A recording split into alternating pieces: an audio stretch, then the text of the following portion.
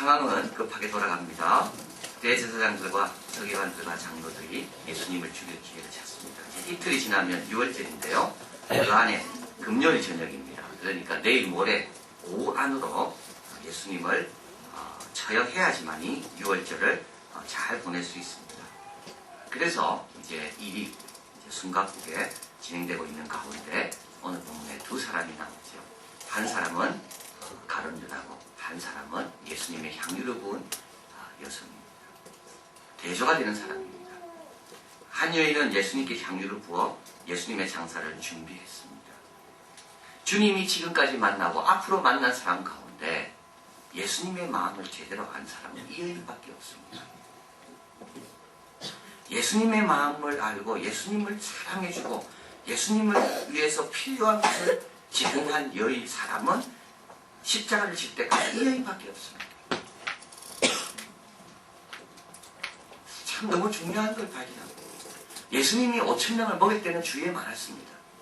그런데 예수님이 실제로 십자가를 지려고 하니까 예수님의 마음을 헤아린 사람은 아무도 없습니다. 그래서 예수님께서 고통당하는 우리를 아십니다. 왜냐하면 고통당할 때는 아무도 없거든요. 평소에는 내 주위에 많이 있다가 정말 내가 어려울 때는 내 주위에 아무도 없습니다.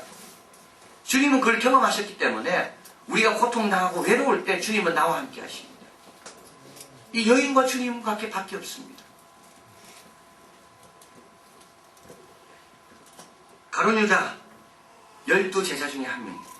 예수님을 팔아넘기고 자신도 자살해 죽었습니다. 너무 대조가 되죠. 한 여인은 예수님께서 이렇게 칭찬하십니다. 온 천하에 복음이 전파되는 것마다 이 여자의 행한 것도 기념되게 하리라. 가룟 유다 보고 예수님 뭐라 하십니까? 저는 차라리 나지 않는 것이 좋을 뻔했다. 한 여인에 대한 최고의 칭찬, 한 형제에 대한 최고의 안타까움. 마지막 순간에 예수님께서 한 여인을 만나시고 가룟 유다를 만나셨습니다. 어떻게 해서 이 대조적인 평가를 받을까요? 이 둘 다 3년 동안 예수님을 잘 따랐던 사람입니다. 오늘 향유를 부은 이 여인은 마르다, 마리아라고 부릅니다. 자기 오빠 나사로를 살려주신 그 가정. 그래서 예수님과 더불어 정말 친밀하게 해서 예수님께서 베다니에 오시면은 꼭 마리아, 마르다 집에 가서 머무시기도 하는. 가룟 유다도 마찬가지. 예수님께서 예수님과 3년 동안 신실하게 예수님과 동행했지만 그러나 예수님과 함께 있다고 예수님의 마음을 헤아리는 건 아니다. 이렇게 대조적인 평가를 받고 대조적인 삶을 살았는데요. 근데 오늘 본문을 가만히 보면 너무 이 둘 다 너무 비슷한 것을 보게 됩니다. 비슷한 상황입니다. 첫째는 뭐냐면 기회를 잘 잡았다는 거죠. 가룟 유다도 오늘 보면 기회를 잘 잡으려고 노력하고 있습니다. 예수님의 넘겨줄 기회. 이 여인도 예수님의 칭찬 듣는 이유는 바로 기회를 잘 잡은 겁니다. 가난한 자들은 너희들하고 항상 있지만 나는 항상 있지 않는데 이 여인은 이 기회를 안 겁니다. 두 번째, 가룟 유다와 이 여인 둘 다 일을 하되 그냥 일하지 않습니다. 준비해서 일합니다. 이 여인이 예수님께 가져온 300데나리온에 되는 이 향유, 이 옥합을 깨뜨린 거, 이거 300데나리온은 하루에만 쓸 수 있는 게 아닙니다. 300데나리온이란 말은 결국 300일의 품삯을 말합니다. 그러니까 최소한 1년 이상을 이 향유를 위해 준비했다는 겁니다. 가룟 유다도 마찬가지입니다. 당장 예수님을 잡아넘기지 않습니다. 팔지 않죠. 준비합니다. 때를 기다립니다. 어떻게 예수님에 접근해서 어떻게 예수님께 대제사장에게 신호를 보내야 이들이 예수님을 이제 알아볼까 준비합니다. 마지막으로는 이 둘 다 동일한 게 있는데 그게 바로 돈입니다.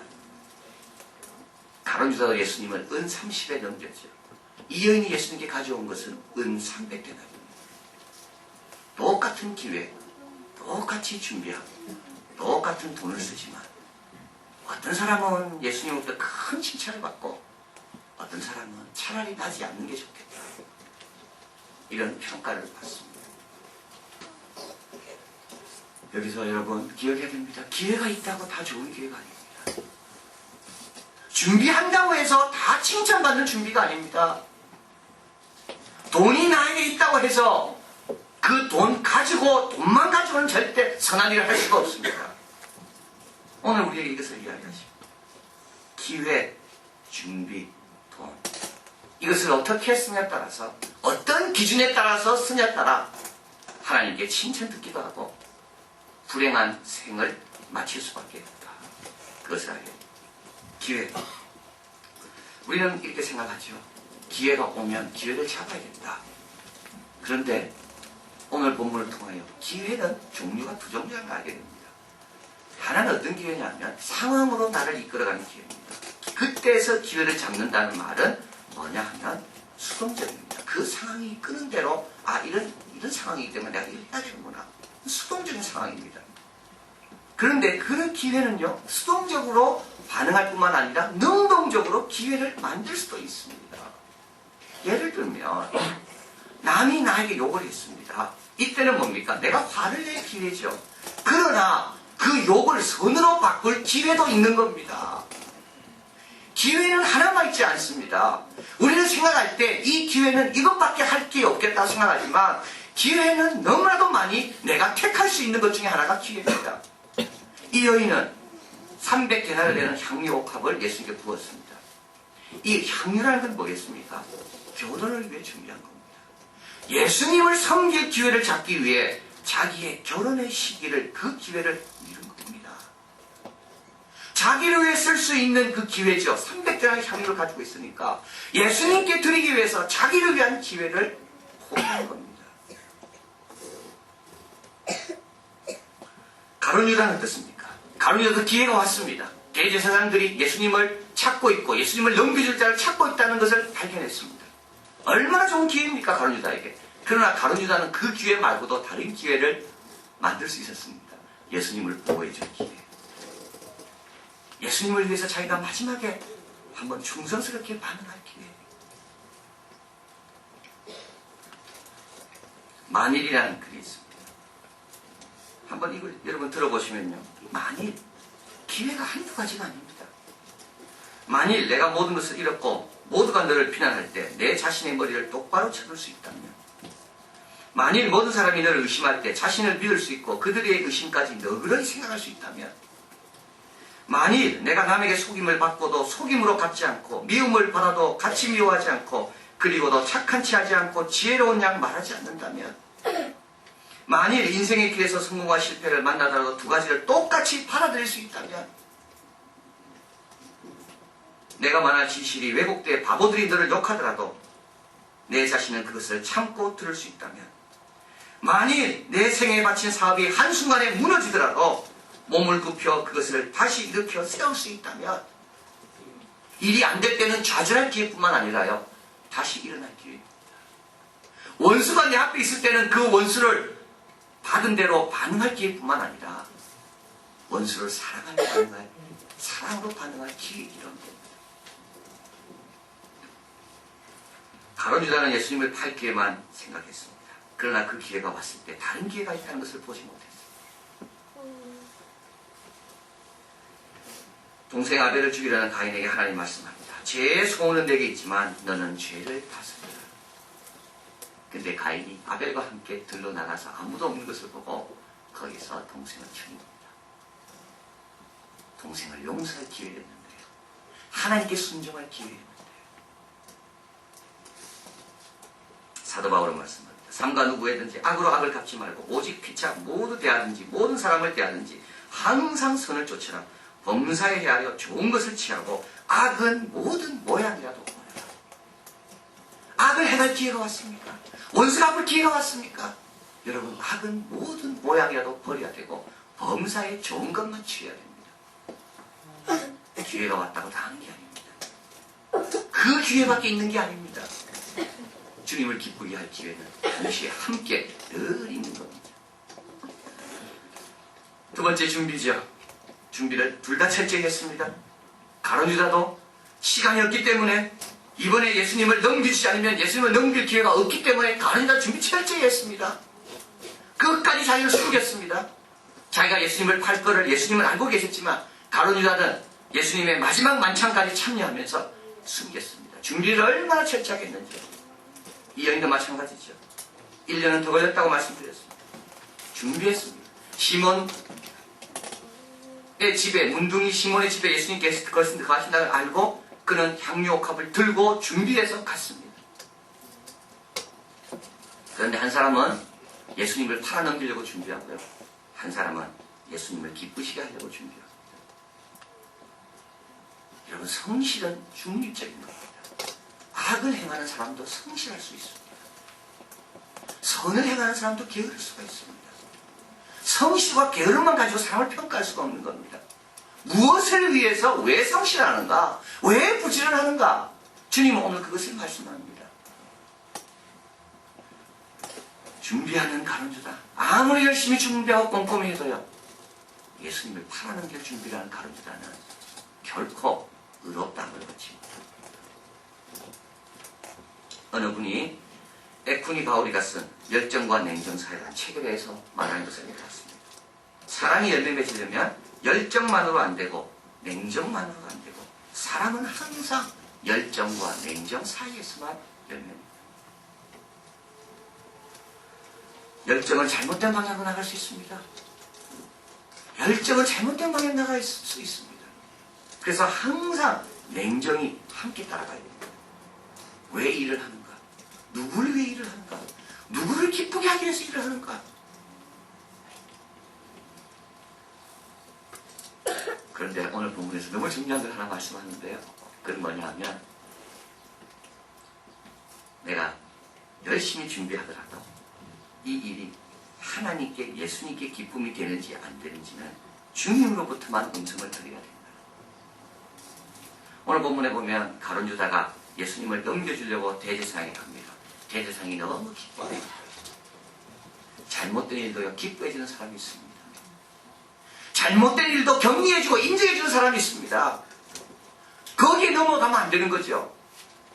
그런데 이 여인은 예수님을 향해 향유를 붓지만 주위에 있는 모든 사람들이 화를 내고 분노합니다. 잘하는 일도 잘하는 사람이 못 알아줄 수가 있습니다. 참 무서운 겁니다. 다른 사람이 박수 쳐준다고 해서 그 일이 반드시 옳은 일이 아니고요. 다른 사람이 나를 인정하지 않는다 해서 그게 틀린 일이 아닙니다. 열정과 냉정.